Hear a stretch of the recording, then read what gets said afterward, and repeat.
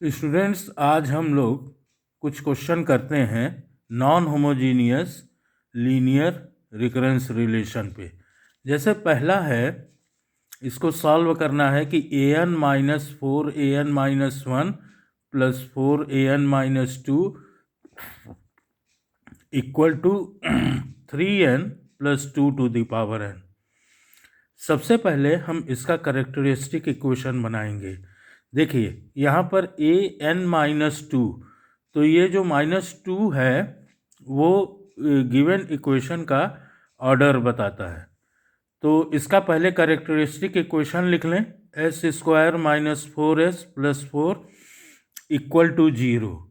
तो यहाँ से ये क्या बनेगा, s-2 होल स्क्वायर, जिससे s की वैल्यूज मिलेंगी 2 और 2। तो इसका होमोजीनियस सॉल्यूशन होगा an, और ये लिखा है h, होमोजीनियस सॉल्यूशन, और ये मैं करवा चुका हूँ। तो ये हो जाएगा C1 + C2n into 2 to the power n। ठीक, अब हम पर्टिकुलर सॉल्यूशन के लिए, तो the particular solution of the term 3n is, ध्यान दीजिए ये एक पॉलिनोमियल है ऑफ डिग्री ऑफ डिग्री 1, और ये है z to the power n। तो जब पॉलिनोमियल है तो उसका जनरल फॉर्म अलग होगा, और ये z to the power n का जनरल फॉर्म अलग होगा। ठीक है। तो सबसे पहले 3n का, तो इसका, तो the particular solution of the term 3n is an - 4an-1 plus 4an-2 equal 3n। पहले हम इसका निकालेंगे, तो इसका जनरल फॉर्म हो जाएगा, the general form for the particular solution is a0 plus a1 n। Okay, तो अब इस वैल्यू को सब्स्टिट्यूट कर दीजिए इक्वेशन 2 के लेफ्ट हैंड साइड में, a0 प्लस a1n को। तो जब a0 प्लस a1n को हम सब्स्टिट्यूट करेंगे इक्वेशन 2 में, तो देखिए क्या बनेगा, an की जगह आप लिखेंगे a0 प्लस a1n -4। अब ये an-1 है, तो a0 प्लस a1 n की जगह n-1 plus 4 a0 plus a1 और n की जगह n-2 equal 3n। Right hand side में कुछ नहीं करना है, ठीक है, लेफ्ट हैंड साइड में सब्स्टिट्यूट करना है। अब आप इसको सॉल्व कर लीजिए मल्टीप्लाई करते हुए। तो पहला वाला ये a0 plus a1n -4 into bracket plus 4 into bracket equal 3n। तो अब इसको, जैसे a0 है तो आप सबसे पहले कांस्टेंट ले लीजिए a0 वाला। तो यहाँ पर एक a0 है, -4 को a0 में मल्टीप्लाई करेंगे तो -4 a0। फिर यहाँ पर आइए, +4 को a0 में मल्टीप्लाई कर दीजिए, ये हम लोगों ने लिख लिया है। प्लस अब a1 वाले टर्म्स ले लीजिए पूरे, ये हमने a1 वाले टर्म्स ले लिए। अब बाकी बचे ये एक साथ, और हमने 2 ब्रैकेट में कर दिया है, जरूरी नहीं कि दोनों ब्रैकेट में आप करें, एक साथ आप a1 वाले टर्म्स लिख लीजिए, इनको सॉल्व कर लीजिए। तो इनको जब आप सॉल्व करेंगे यहाँ पर, तो आप देखते चलिए कि a0 - 4a1 plus a1n is equal to 3n। तो ध्यान दीजिएगा, ये जो पहला ब्रैकेट है हमने सिर्फ कांस्टेंट का बनाया है, ठीक है, और प्लस a1n बचा है। अब आपको दोनों साइड से कंपेयर करना होगा, ये कांस्टेंट टर्म है, ये n का कोफिशिएंट है a1, ठीक है। तो राइट हैंड साइड में कांस्टेंट टर्म है नहीं, तो a0 - 4a1 आपका हो जाएगा 0, और a1n को कंपेयर कीजिए 3n से, तो a1 की वैल्यू मिल जाएगी 3। ठीक, अब A1 की वैल्यू उठा के इसमें रख दीजिए, A0 माइनस 4 A1 में, तो A0 की वैल्यू मिल जाएगी 12. So the particular solution for the term 3n is 12 plus 3n. ठीक है. अब यहां पर आइए, the particular solution for the term 2 to the power n is 2 to the power n.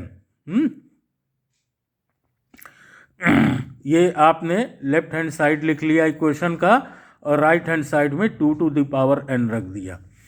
अब आपको ध्यान देना होगा कि z to the power n का जनरल फॉर्म क्या होता है.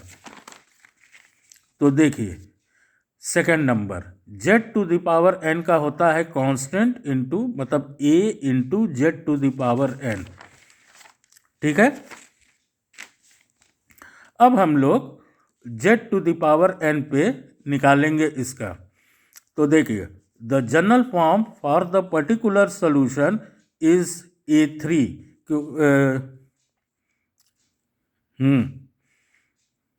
A3 हमने ले लिया है, A2 लेना चाहिए.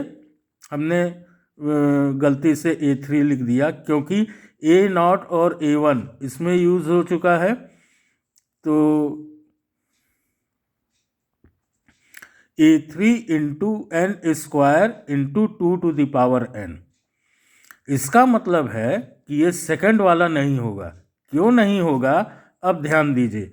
यहाँ पर हमारे स्क्वायर रूट्स जो s के वैल्यूज आए हैं 2 and 2, और इक्वेशन 3 में देखिए इसका जो राइट हैंड साइड है वो 2 to the पावर n. तो अब फिर से ध्यान दीजिए, अब ये आपको मिल जाएगा. देखिए, z to the power n if z is a root of characteristic equation of multiplicity s.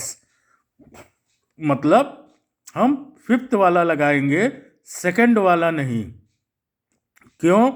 ये जो z to the power n है उसमें जो z है वो कैरेक्टरिस्टिक इक्वेशन का एक रूट है, इसलिए हम फिफ्थ नंबर वाला लेंगे. और इसका क्या है फिफ्थ नंबर वाला general form? A0 into n to the power s into z to the power n.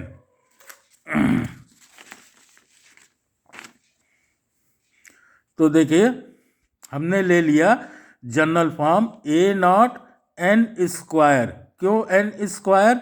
s की वैल्यू यहाँ पर 2 है. क्यों 2 है? जो कैरेक्टरिस्टिक इक्वेशन है हमारा वो सेकंड ऑर्डर का है, इसलिए n square into 2 to the power n. अब फिर इस वैल्यू को इक्वेशन 3 के लेफ्ट हैंड साइड में रखिए और सॉल्व कर लीजिए. तो लेफ्ट हैंड साइड में रख के जब आप सॉल्व करेंगे तो कुछ ऐसा आपको मिलेगा.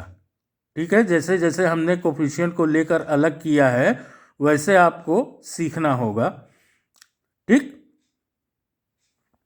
तो अब यहाँ पे जो हमने सॉल्व करके ये वैल्यू निकाली है 2 into A3 into 2 to the power n. तो देखिए, यहाँ पर 2 to the पावर n के कोफिशिएंट को लेफ्ट और राइट हैंड साइड से कंपेयर करना होगा. तो क्या मिल जाएगा? लेफ्ट हैंड साइड में 2 इंटू A3 और राइट हैंड साइड में 2 to the पावर n का कोफिशिएंट 1 है. तो A3 आपको क्या मिल जाएगा? 1/2. और 1/2 को आप रख दीजिए इसमें जनरल फॉर्म में A3 की जगह.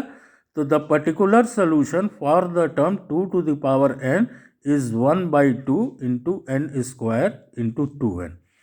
तो कंप्लीट सोल्यूशन आपका मिल जाएगा. ये होमोजीनियस सोल्यूशन लिख लीजिए,